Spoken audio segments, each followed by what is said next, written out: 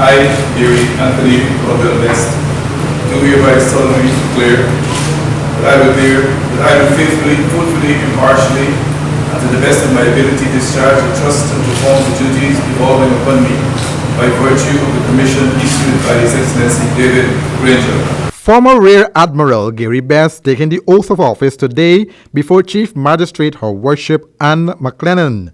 It was President David Granger who had mandated that a commission of inquiry be established to investigate, examine, probe, and report on the circumstances which led to the collapse of a mining pit resulting in the death of Keon Wilson on October 8, 2016.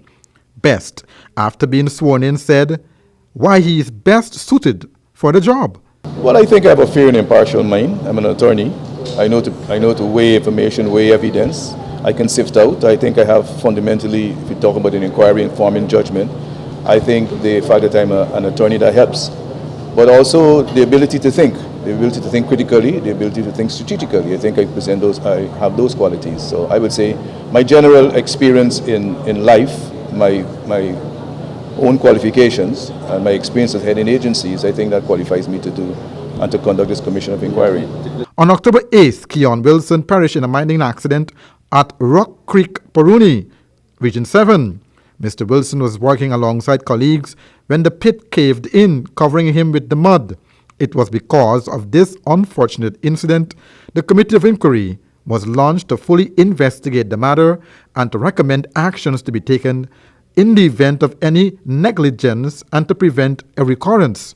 Mr. Best explained that his responsibility is to prepare and investigate thoroughly what happened in order to determine blameworthiness. He further stated that he hopes the government will implement the recommendations of the commission.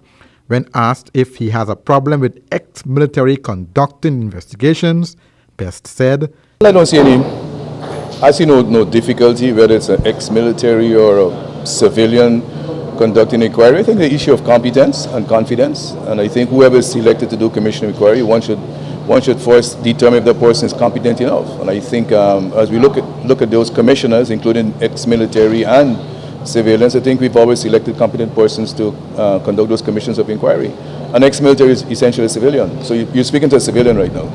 Best said he hoped that this inquiry would bring to bear all that was required to prevent the recurrence of mining deaths within the mining industry. The ambit is very wide to really look at wide and wide-ranging circumstances and wide-ranging implementation recommendations. So hopefully this would really begin to cure the whole mischief of deaths. Will you go back to those previous inquiries and looking at some of the recommendations? I am certainly will form part of my investigation here. What was done before, what was recommended before, and what ought to be now recommended, yes.